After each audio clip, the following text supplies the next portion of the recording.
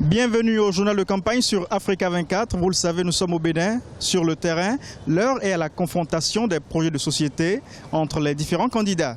Lionel Zinsou a exposé aux artisans béninois son plan pour permettre à ce secteur de s'exporter facilement. Le candidat de la coalition au pouvoir était mardi au centre de promotion de l'artisanat de Cotonou. Suivez le reportage de Lefty Ounou. Commentaire Mokhtar Bari. Lionel Zinsou à la rencontre des artisans de Cotonou. Au centre de promotion de l'artisanat, le candidat de la coalition au pouvoir a exposé ses ambitions pour relever ce secteur, longtemps resté parent pauvre du tissu économique. Les artisans peuvent former. Les artisans sont dans ce pays, juste après l'agriculture, le plus grand fournisseur d'emploi pour des jeunes. Des jeunes qu'ils peuvent prendre, former et qualifier. Et l'État doit les accompagner. Chaque artisan est une école. Au terme des échanges, les artisans de Cotonou, par la voix de leurs représentants, ont accepté d'accorder leur confiance au candidat Lionel Zinsou. Ils ont par ailleurs formulé des doléances pour une amélioration de leurs conditions de travail. Il s'agit entre autres de l'instauration du Fonds communal de l'artisanat, de la création d'une banque de développement de l'artisanat, de l'octroi des bourses de formation professionnelle. Vos doléances méritent toutes que nous les réalisions. J'aimerais que la gouvernance, ça soit bien fait comme chez vous. Que pour garder ses clients, ils respectent le mérite. Un artisan de gouvernement, de gestion, qui comme vous, n'aurait pas d'heure pour se reposer. Un artisan qui, comme vous, pourrait faire vivre ce pays de mieux en mieux un petit peu chaque jour. L'artisanat béninois s'exprime à travers la sculpture sur bois, la vannerie, la poterie ou encore les tissages. L'économiste Lionel Zinsou entend faire de l'artisanat un véritable pôle de développement une fois élu à la magistrature suprême du pays. Loin de Cotonou, le candidat de la Nouvelle Conscience était à Niki et à Kilibo. Pascal Irénée Koupaki a exhorté les électeurs à la vigilance le jour du scrutin. Viviane Bauken. Ils étaient nombreux, les électeurs venus accueillir Pascal Irénée Koupaki dans la commune de Niki. Le candidat de la Nouvelle Conscience a fait part de son ambition de relever l'administration béninoise qu'il considère malade de ses pratiques, de sa lenteur et de ses hommes. Pascal Irénée Koupaki, candidat pour la première fois à un scrutin présidentiel, veut promouvoir, comme l'indique son slogan, un Bénin apprenant, entreprenant et innovant. Tout le monde travaille. Ceux qui ne veulent pas travailler, on va leur apprendre à travailler. Ceux qui savent travailler, on va organiser les concours et puis s'ils ont de bonnes notes, ils vont réussir. Il n'y aura pas de concours frauduleux, c'est non. Si vous méritez quelque chose, la République va vous donner ça, comme la République nous a donné à nous ce que nous avons mérité. Après Niki, le candidat du Rassemblement de la Nouvelle Conscience s'est rendu à Kilibo où le message est resté le même. Pascal Irénée Koupaki a profité de l'occasion pour demander aux électeurs de rester vigilants le jour du scrutin afin d'éviter toute fraude. Et si vous votez, il ne faut pas qu'on vous vole, hein? Parce qu'ils ont envie de voler aussi. Mais j'ai déjà dit qu'on va enlever la pièce vol et on va mettre à la place de la pièce vol la pièce honnêteté, n'est-ce pas? Bon, malgré la pièce honnêteté, les gens peuvent voler un peu. Donc si vous votez là, n'allez pas loin. Restez là pour qu'on compte. On compte et vous avez les papiers.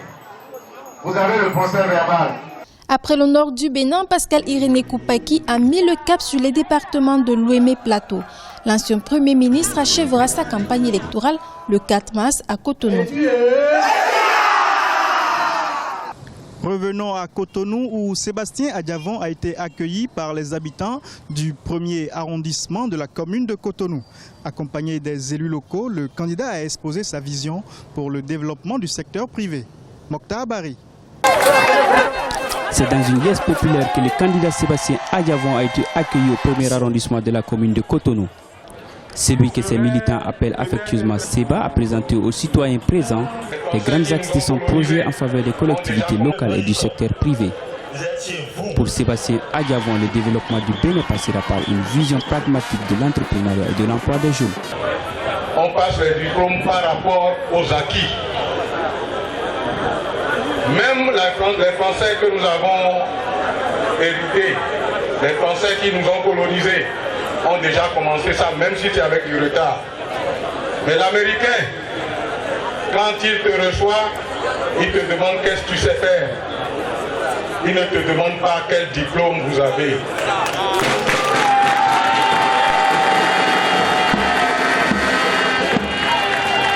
Moi, je sais faire le développement. Moi, je sais faire l'économie.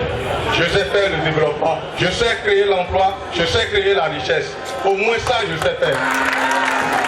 Sébastien Adjavon veut développer un environnement incitatif des affaires qui passe principalement par la sécurisation juridique, la sécurisation des investissements privés nationaux et internationaux. Le candidat veut également développer une politique de formation professionnelle axée sur l'employabilité et l'entrepreneuriat des jeunes et des femmes dans le but de créer des emplois durables. Dans le premier arrondissement de Cotonou où il s'est rendu, le candidat espère la majorité des suffrages des électeurs. Comptez sur votre détermination au soir du 6 mars. Il suffit seulement que les gens soient conséquents et se disent essayons d'aller vers le développement du Bénin et cela se fera. S'il est élu au soir du 6 mars 2016, Sébastien Adjavon souhaite mettre sur pied un programme destiné à offrir des avantages fiscaux aux entreprises portées sur un recrutement massif des jeunes. Parmi les 33 prétendants au fauteuil présidentiel, Marcel de Souza, le candidat du Front républicain pour le Bénin, estime qu'il est important aujourd'hui de moderniser l'administration publique. Face aux électeurs d'Akwakpa, il a développé son programme de société à travers lequel le secteur privé occupe une place de choix. Au Bénin, le candidat du Front des Républicains, FRB, mise sur les rencontres de proximité pour convaincre son électorat. Marcel de Souza a échangé mardi avec ses militants et sympathisants du quartier Akwakwa à Cotonou. À cette occasion, l'ancien ministre du gouvernement du président Boni Yayi a présenté aux populations les grandes lignes de son projet de société. Le premier pilier, c'est d'abord reformater l'administration, parce que c'est l'administration qui porte le développement.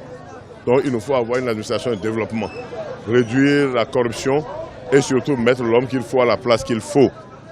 Les concours, l'auto-emploi, les autres postes, il faudrait qu'au niveau de l'administration, on puisse rapprocher l'administration de l'administré et surtout que l'administration au service du développement, au service du secteur privé. Marcel de Souza, candidat du Front des Républicains du Bénin, a pendant plusieurs années milité au sein de la coalition au pouvoir des forces Kori pour un Bénin émergent. C'est contre l'avis de sa formation politique qu'il s'est présenté au scrutin présidentiel de 2016 sous la bannière du FRB. Il propose aujourd'hui aux populations une nouvelle politique basée sur le développement du secteur privé. On a engagé les chantiers pour reformater l'administration depuis 10 ans.